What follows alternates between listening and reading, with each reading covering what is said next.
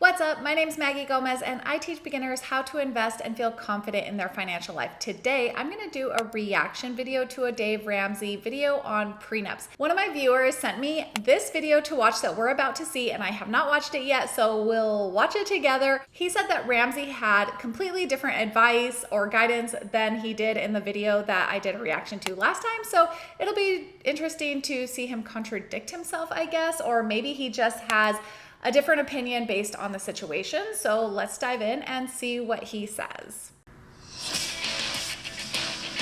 Daniel is with us. Daniel's in Dallas, Texas. Hi, Daniel. How are you? I'm doing well, Dave. Thank you for taking my call. Sure. What's up?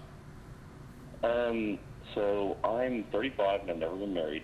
I met a young lady that I'm thinking about marrying. Great. I have a unique situation. I kind of have a unique situation that I have a net worth around $1 million. Mm-hmm. And so I kind of have a two-part question. What should the... Okay, so I feel like in the last one, it was a female that had a higher earning job or a higher paying job. I think if I remember right, she was a doctor, and it was the boyfriend that was asking if he should get a prenup or she wanted a prenup or something like that. So now it's the guy that has the higher net worth. So maybe that's kind of where the difference lies. The conversation sound like whenever I disclose all this to her? And then do I need a prenup? I know you've discussed it before, but I just kind of want to get your thoughts. Yeah. What's her financial situation? Do you know? The only thing we've really ever talked about is debt and then kind of savings. She's very frugal. Like, she has an iPhone 6.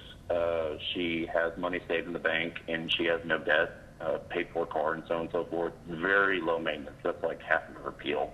Okay. Okay.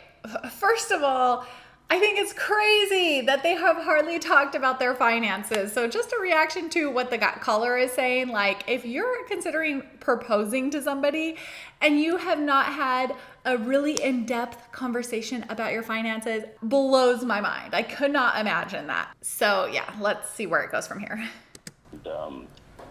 I have not disclosed anything to her other than I don't have any debt. And I'm also pretty frugal, and she can tell. Like, I drive an old Jeep, so but yeah, she's very down to earth, and so I just don't really know how to lay it on her without being like, hey, I have this money, but I don't want to go buy a brand new Audi or anything. Yeah. So she doesn't even know his financial situation either. This is like mind blowing. Well, what's the $1 million net worth composed of? It's some retirement accounts, and then like mutual funds. I own some individual stock. I own a few rental properties in Dallas. So if he has all this going on, like, she's got to know. I mean, he owns rental properties. He's got mutual funds and stocks and stuff. Like, I feel like I would be asking, like, okay, well, what's your finances look like? How long y'all been dating? Only 6 months, but I've been dating for 20 years. And, they say when you meet the one, you're going to know, and I'm kind of getting that vibe from her. So that's why I'm taking it a lot more serious. 6 months? Oh my God. No wonder they haven't talked about their finances. I mean, I guess I shouldn't say no wonder, like 6 months in. Like, Carlos and I talked about that on maybe our first or second date. Seriously. When you say, how should I do it? How have you played it out in your mind? Like, what fears do you have? Because I sense that, like, there's some hesitation on your part, but I'm not sure what it is. Right. A friend of mine recently, he had a pretty good sized net worth, and it was like probably about $800,000-900,000 and he's going through a nasty divorce, and she's going to get half of it. And it's like, he's telling me, man, you really need a prenup, and be careful what you do with girls. And I realized that he's saying that just because he's in that set of circumstances, but at the same time, it's making me kind of rethink my position. And then, money, you never really fully know somebody, and so whenever you start disclosing information like this, it can be one of those things where you get turned on your head, like, oh, I thought I knew this person, and now she's acting completely differently.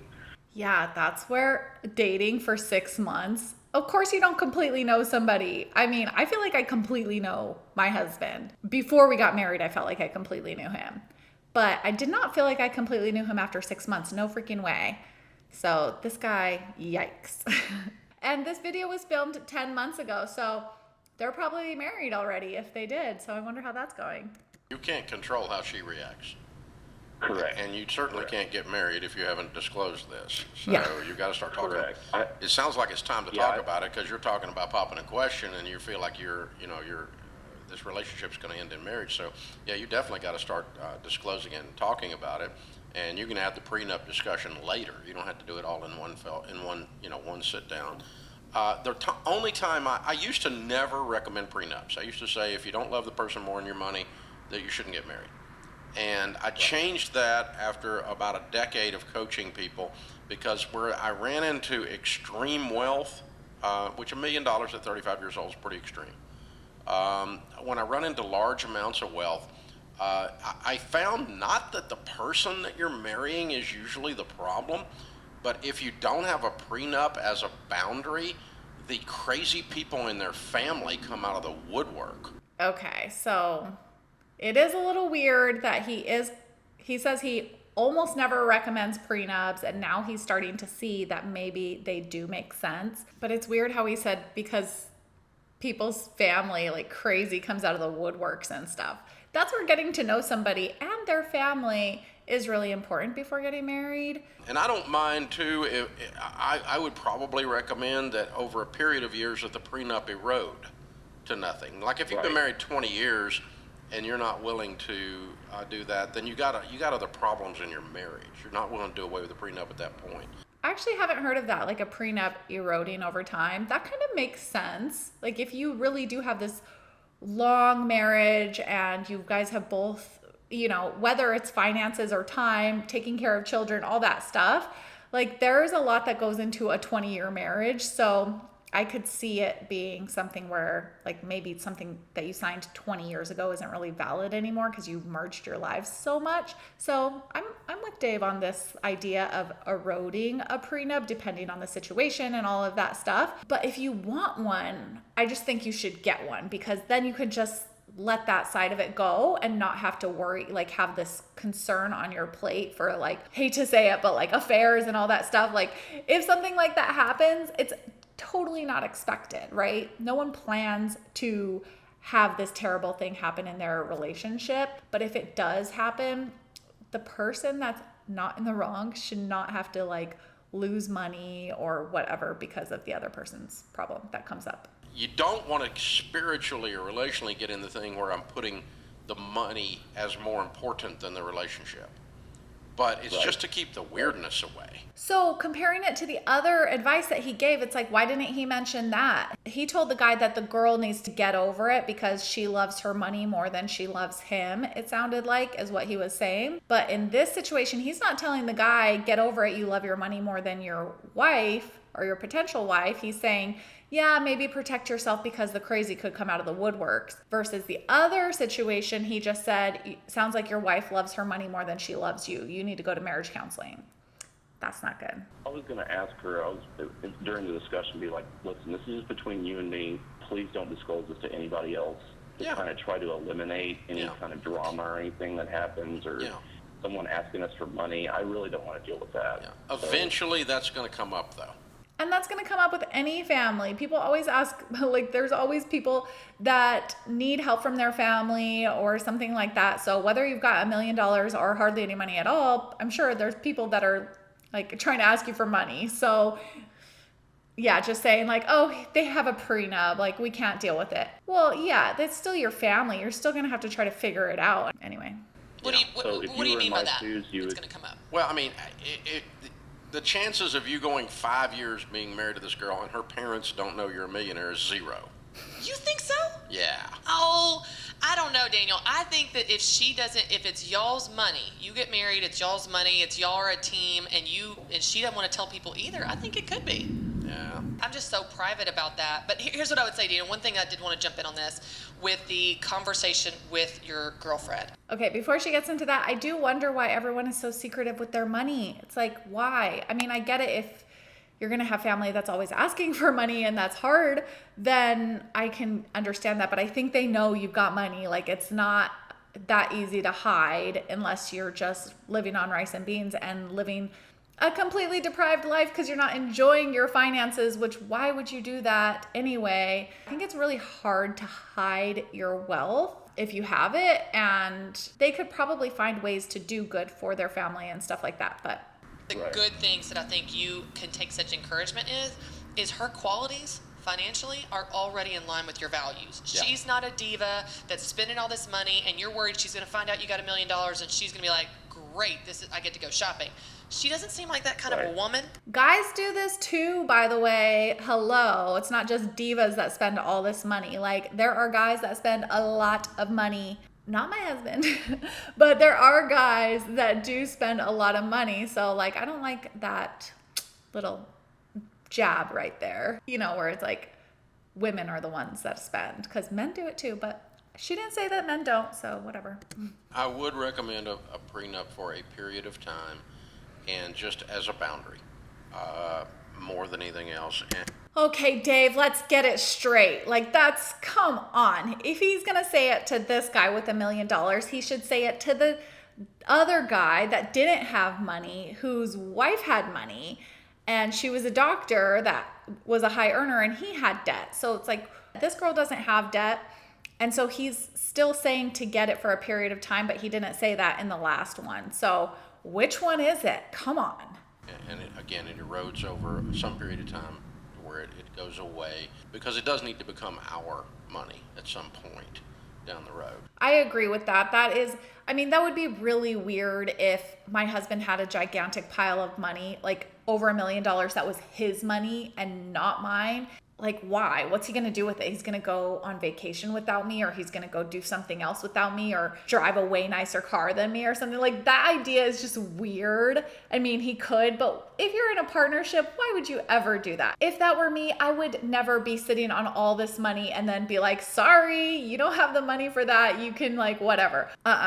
If I love my husband, so I'm going to share everything I have with him, and I expect him to do the same for me. So yeah, that would be really weird if you kept your money forever, especially this like gigantic thing, unless you had some charity or kids that you wanted to specifically give that to. Like, maybe you had kids before your marriage or something that you were like, no, this money is going to them. It's not even my money. It's dedicated to something else. But why would you have all this money and not share it with your partner?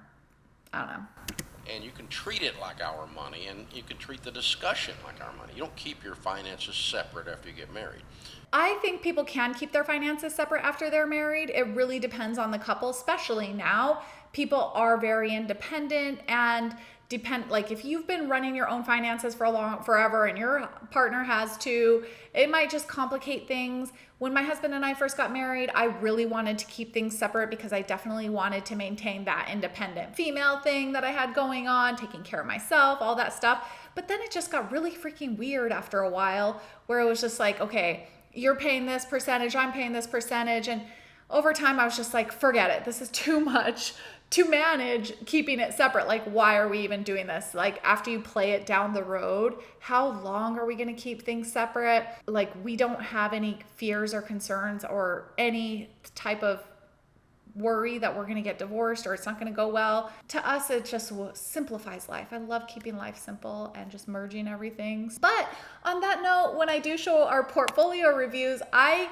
do sort of wish I kept it separate so that I could show you guys like which portion was mine and which one was his, even though he did come to the table with a lot more than I did. But I did bring some to the table, and I've sold my house and all that stuff. So just for curiosity and for like seeing it on paper, how much my money grew versus his money grew, but now it's all blurred together. It's like, I don't even know, we don't know, and whatever. Yeah, I just think it gets really complicated to keep your money separate after you're already married. But if you're doing it, fine. Like, no judgment from me on that. If you want to handle your money separate, of course, like, do what works for you guys. Running things together and so forth. And privacy is one thing, secrecy is another. So be private, but you don't have to be secret. I don't have to be ashamed. I don't discuss my net worth with my family, exactly what it is. People can look it up on the internet, Dave. I'm sure everyone knows what your net worth is. I think it was 25 million last time I looked, which that's probably an estimate. It's probably more than that. I don't know. I think people know Dave's net worth. I mean, at least his family members. Come on. Yeah, absolutely. And it's interesting too, because I think what's cool is on the other side of this, when you have the conversation, it's going to bring a whole different level of connection and excitement about what the future holds for both of you. So that's going to be really fun. Yeah, hello. You can start planning what you're going to do with your money, how you're going to invest it, your long-term goals, all that stuff. That conversation needs to be happening way sooner. If you want to find a good partner that is financially responsible, that conversation should be happening before you're even in love. Once you're in love, like, it's too late for that conversation, you know?